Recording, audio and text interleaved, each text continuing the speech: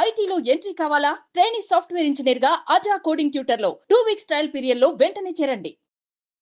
నమస్తే, welcome to Suman TV. నేను మీ విష్ణు. ప్రస్తుతంతో పాటు certified financial planner Ram Prasad గారు ఉన్నారు. వారితో మాట్లాడదాం. సార్ నమస్తే. సార్ నమస్తే అండి విష్ణు గారు. రామ్ ప్రసాద్ గారు, లాస్ట్ 6 months నుంచి మార్కెట్ చాలా వాలటాలిటీలో ఉంది. సో ఈ టైంలో మ్యూచువల్ ఫండ్ ఇన్వెస్టర్స్ అనేవాళ్ళు ఏం చేయాలి? నేను ఈ మధ్య తరచుగా ఒక విషయం వింటున్నాను. బేరిష్ మార్కెట్ బాగా ఉన్నప్పుడు, అంటే మార్కెట్ బాగా పడుతున్న టైంలో మ్యూచువల్ ఫండ్స్లో కానీ ఇన్వెస్ట్ చేస్తే నెంబర్ ఆఫ్ యూనిట్స్ అనేవి ఎక్కువ అలాట్ అవుతాయంట. మరి నెంబర్ ఆఫ్ యూనిట్స్ పెంచుకోవడానికి ఇన్వెస్ట్మెంట్ కూడా పెంచుకోవాలంటారా మ్యూచువల్ ఫండ్స్ విషయంలో?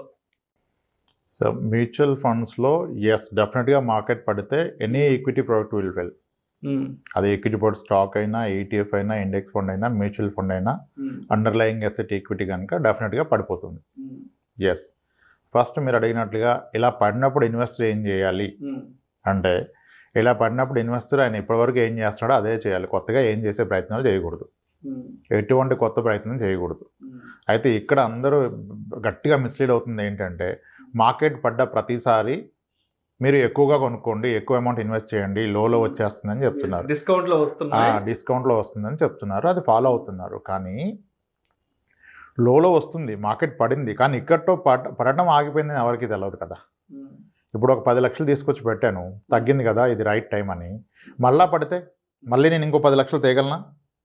లేదు, తేలేను.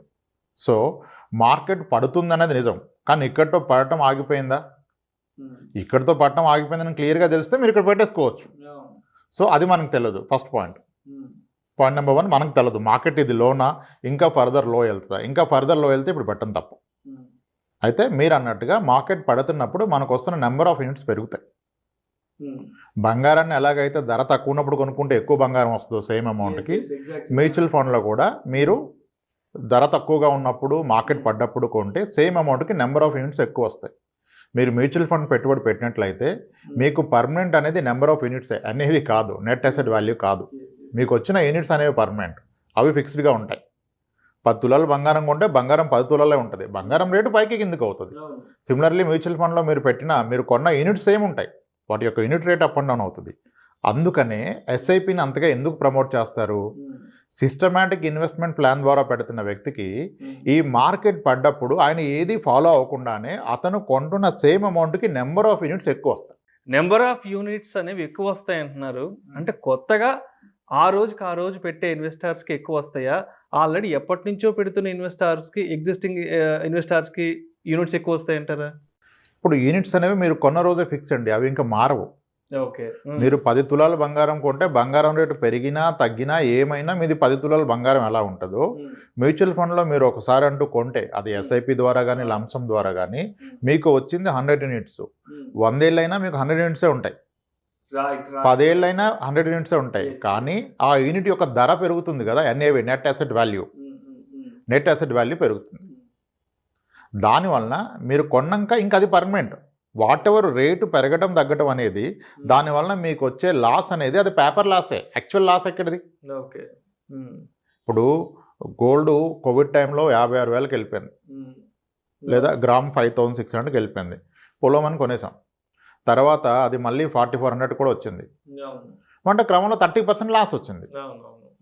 మరి అప్పుడు గోల్డ్ కొన్న ఎవరైనా లాస్ వచ్చిందన్నారా?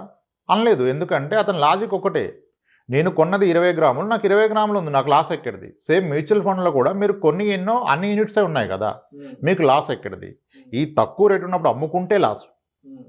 సో ఇప్పుడు చేయకూడని పని అమ్మటం, చేయాల్సిన పని ఏంటి? ఏమీ చేయకుండా ఉంటాం.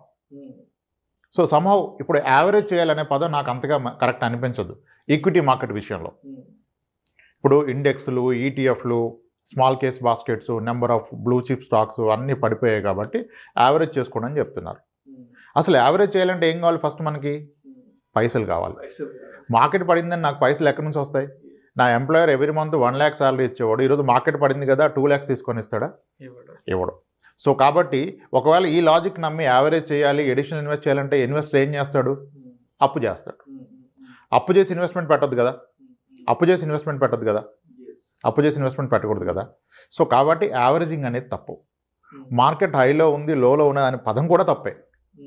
అందుకే ఫస్ట్ మనకు ఒక స్టాండర్డ్ కోట్ ఉంది, time spend in the market can only give us return, timing the market can never give us return.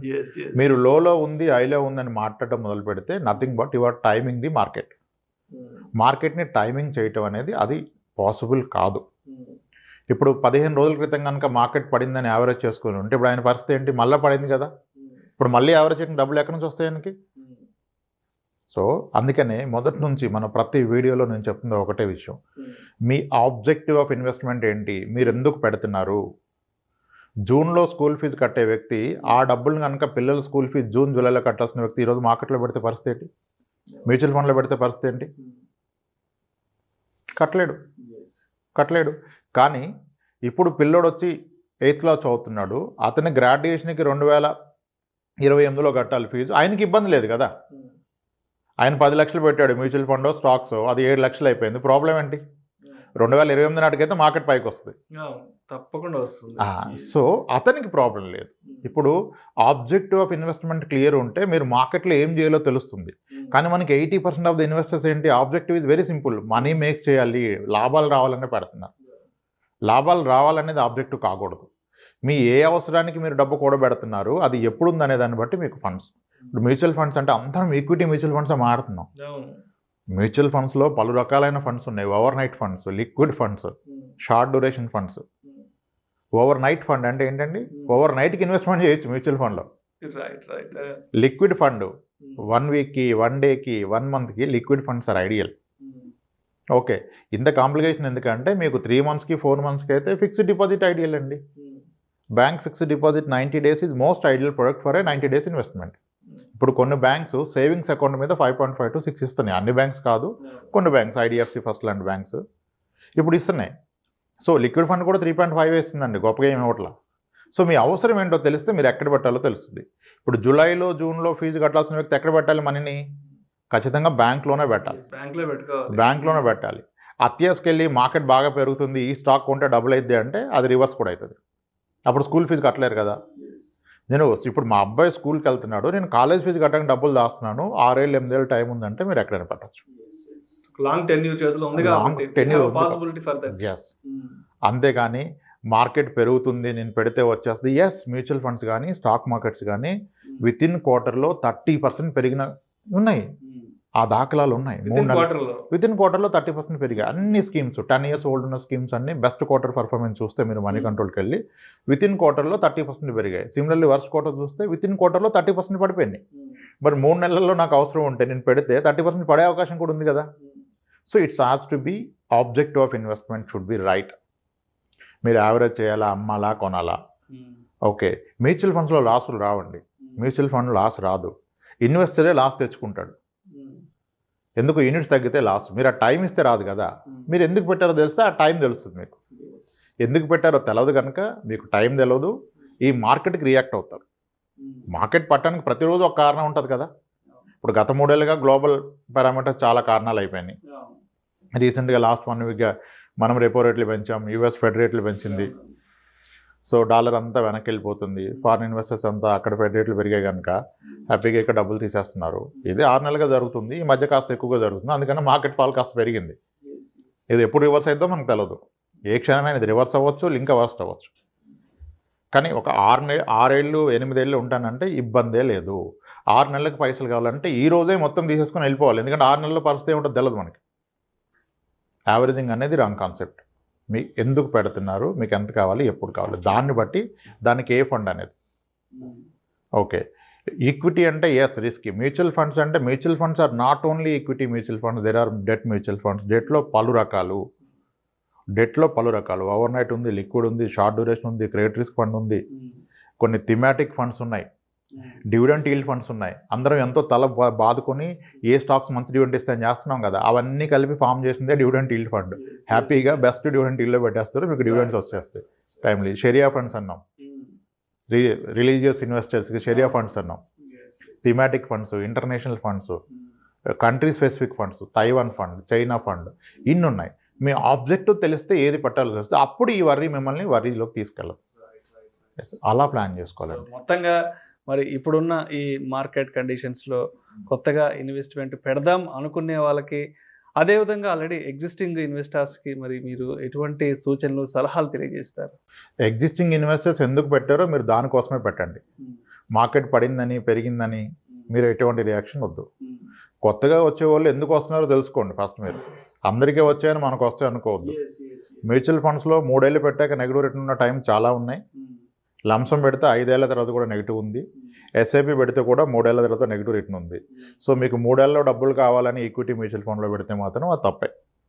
వస్తున్న వ్యక్తి తెలుసుకోవాలి, నేను ఎందుకు పెడతాను, ఎప్పుడు కావాలి, ఆ పీరియడ్కి మ్యూచువల్ ఫండ్ కరెక్టా కాదా, నా 7 years పీరియడ్కి మ్యూచువల్ ఫండ్ కరెక్టా కాదా. సిమిలర్లీ ఎగ్జిస్టింగ్ ఆయన క్లారిటీ ఉంది కదా, ఆయన కూతురు పెళ్లి గురించి పెట్టిన అతను ఇప్పుడు ఎందుకంటే ఆయనకు వరి, కూతురు 3వ తరగతి చదువుతుంది, పెళ్ళికి ఇంకా 20 ఏళ్ళ టైం ఉంది, ఆయనకు వరి లేదు. So mutual funds are subject to market risk. Yes, మనం ఫస్ట్ దీన్ని అర్థం చేసుకోవాలి. ఈ సైకలాజికల్గా వచ్చే రిస్క్ ఎక్కువ మార్కెట్ రిస్క్ కన్నా. మార్కెట్ రిస్క్ మీ డబ్బులు తినేదు, మీరు సైకలాజికల్గా మీరు ఎప్పుడైతే రిస్క్ అని ఫీల్ అవుతారో మీ డబ్బులు పోతాయి. ఇప్పుడున్న లాస్ అంతా పేపర్ మీదే కదండి లాస్. మీకు తగ్గిందంటే ఎక్కడ తగ్గింది? మీరు అమ్ముకుంటే తగ్గింది, అమ్మకపోతే తగ్గింది ఏం లేదు, మీకు వచ్చిన యూనిట్స్ అలాగే ఉన్నాయి. అందుకనే మ్యూచువల్ ఫండ్స్ని ఎప్పుడు యూనిట్స్లో మెజర్ చేయండి, ఎన్ఏవిలో మెజర్ చేయదు. నాకు ఎన్ని యూనిట్స్ ఉన్నాయి, ఎన్ని యూనిట్స్ అక్కడ ఉన్నాయి, target should be units.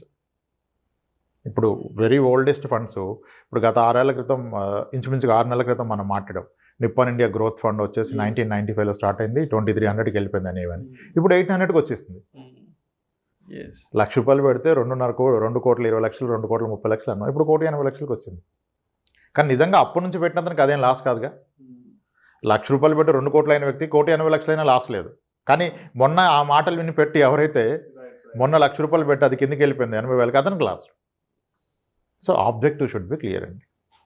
Right, thank you sir, thank you so much Ram Prasad గారు. ఇప్పుడున్న ఈ వాలటాలిటీ మార్కెట్లో మ్యూచువల్ ఫండ్ ఇన్వెస్టర్స్ అనేవాళ్ళు ఎటువంటి జాగ్రత్తలు తీసుకోవాలి, ఎటువంటి విషయాల పట్ల అవగాహన పెంచుకోవాలి అనే అంశం గురించి ప్రేక్షకులకు మీ విశ్లేషణ ద్వారా చాలా చక్కగా వివరించారు. Thank you so much sir. Right అండి విష్ణు గారు, థ్యాంక్స్. ఇలాంటి మరిన్ని interesting videos and valuable information కోసం వెంటనే మా ఛానల్ను సబ్స్క్రైబ్ చేయండి, లైక్ చేయండి, షేర్ చేయండి. అదేవిధంగా మీ అభిప్రాయాలను వీడియోస్ కింద కామెంట్స్ రూపంలో మాకు తెలియజేయండి. This is Vishnu signing off.